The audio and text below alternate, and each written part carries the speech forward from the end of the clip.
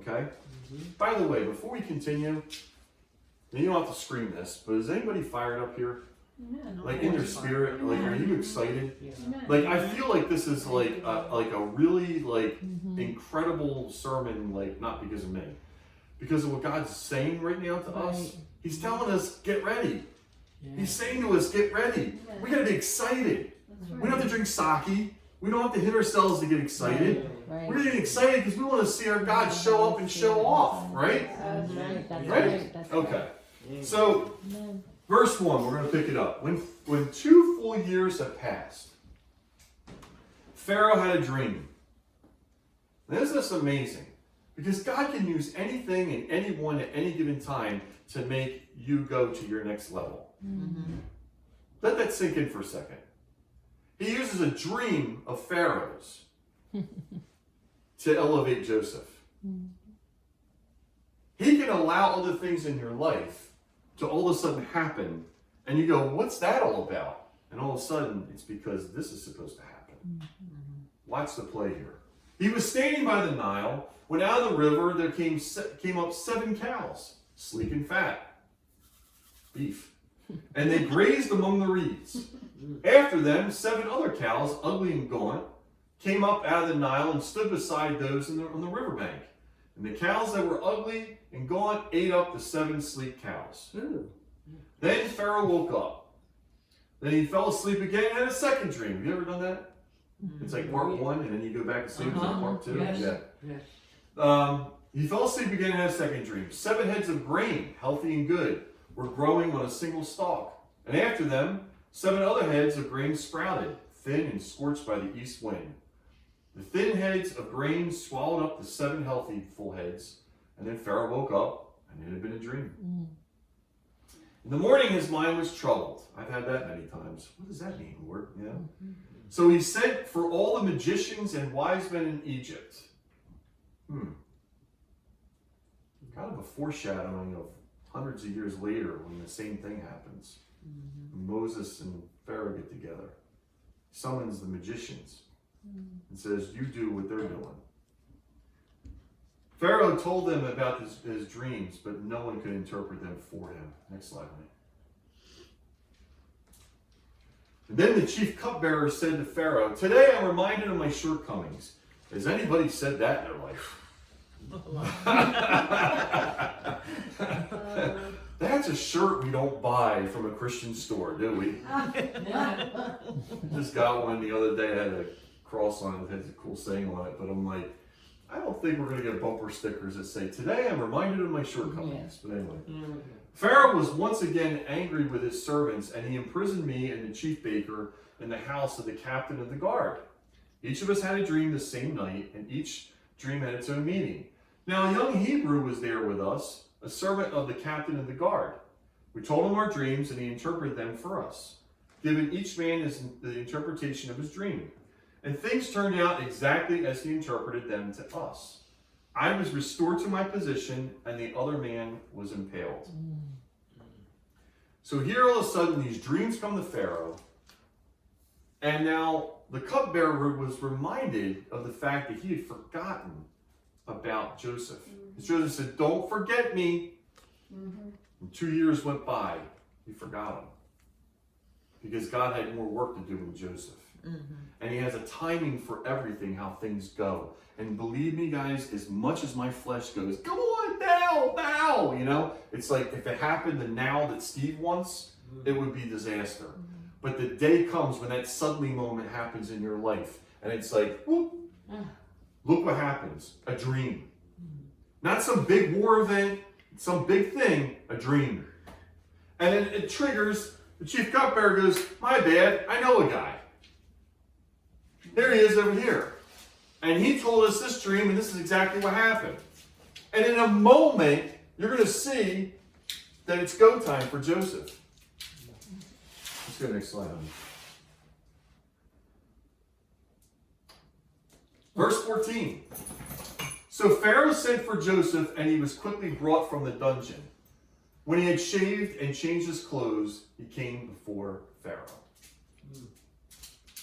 Look at this. Clean shave, clean clothes, He got prepared. He had to. He had to prepare himself before Pharaoh. By the way, if he approached this the wrong way, he could be killed. He could be ordered to be executed. So it wasn't like he just got up there and said, yeah, what do you want? He didn't do any of that. But here's what I find interesting. All those cultures prepared in such crazy ways for things that they had to go through. Clean shave, clean clothes. In other words, I am playing on this level. I am playing on this level. I don't need to get jacked up about it. I don't need to get fired up about it. My time has come. Brace yourself. Here we go. This is cool. Because if you're already playing at a level up here, when God calls you to the next move, and there will be deeper levels and so forth, all you're doing is reporting for duty to go to the next job, the next assignment. You don't have to get crazy and get nuts about it. You're just reporting for duty because you're already signed up and enlisted for the army. God's army. Next. Now, I'm sure it was huge, and I'm sure there was things that ran through his head, like, whoa.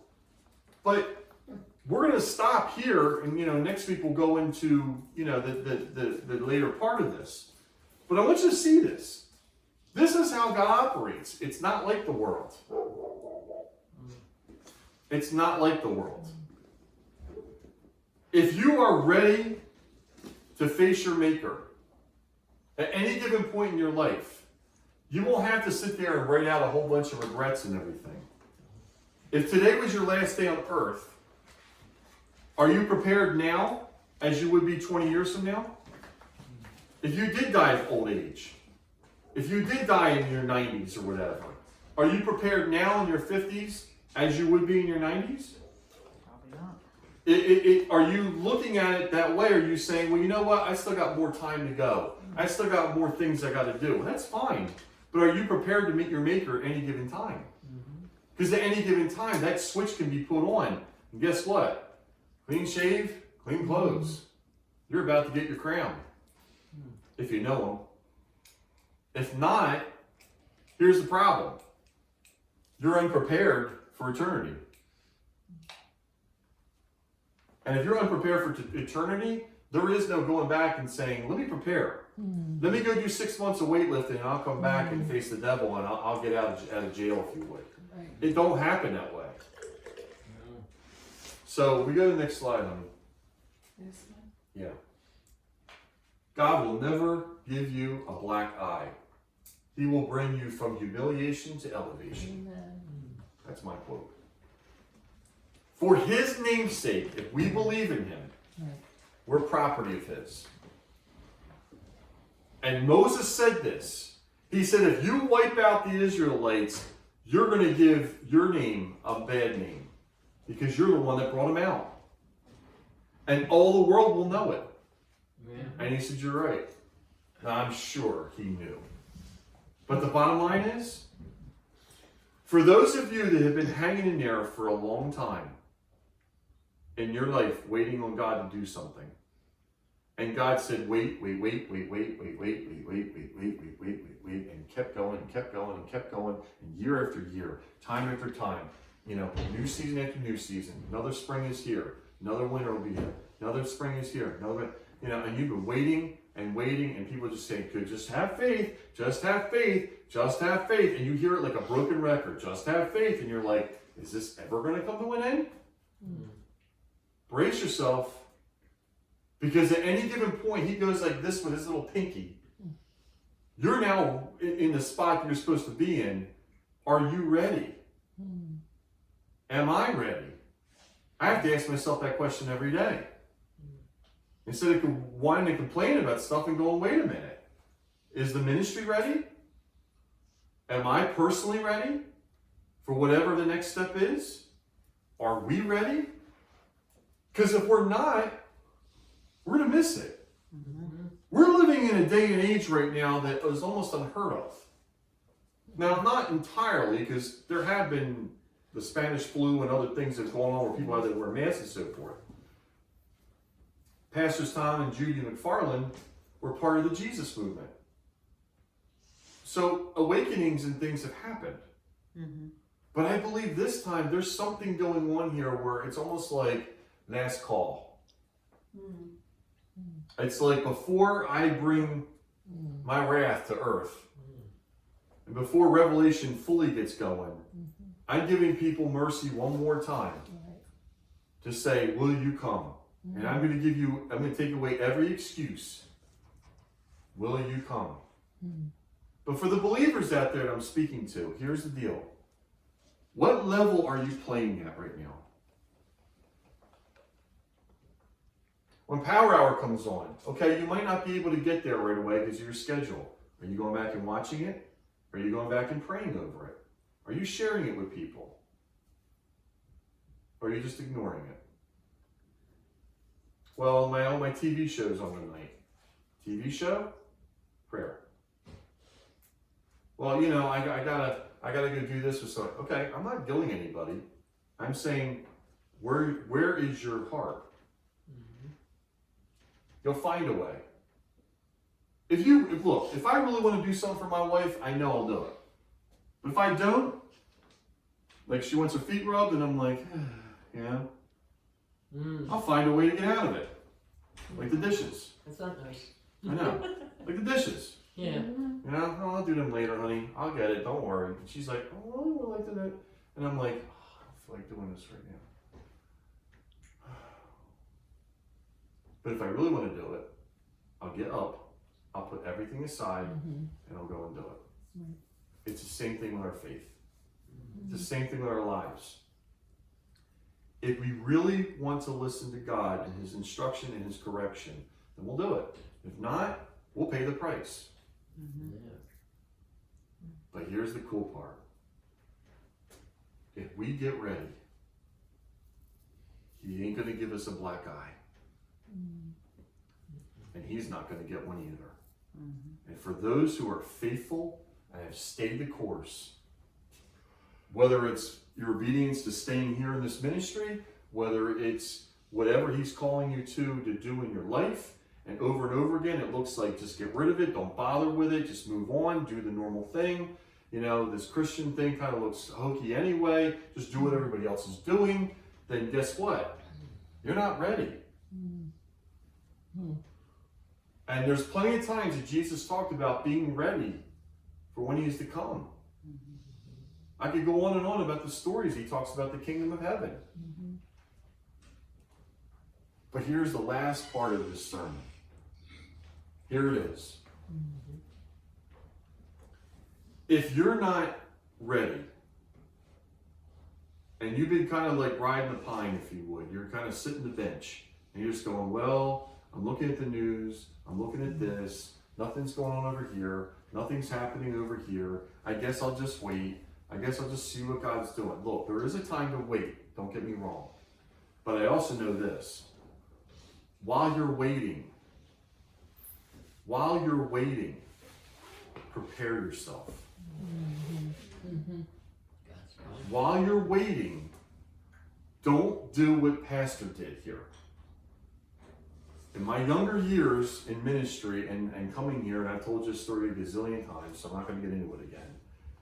But instead of doing things to help me, like getting more in the Word, like taking care of my health, like learning things, I wallowed all day. Is anybody here with me? I wallowed all day. I was in my own sorrows. I cried. I had anxiety. I kept thinking about the things of old. I constantly replayed that record over and over and over again. Guess what it did for me? Nothing. If I had taken that time and not wasted it, I hope somebody hears me on that.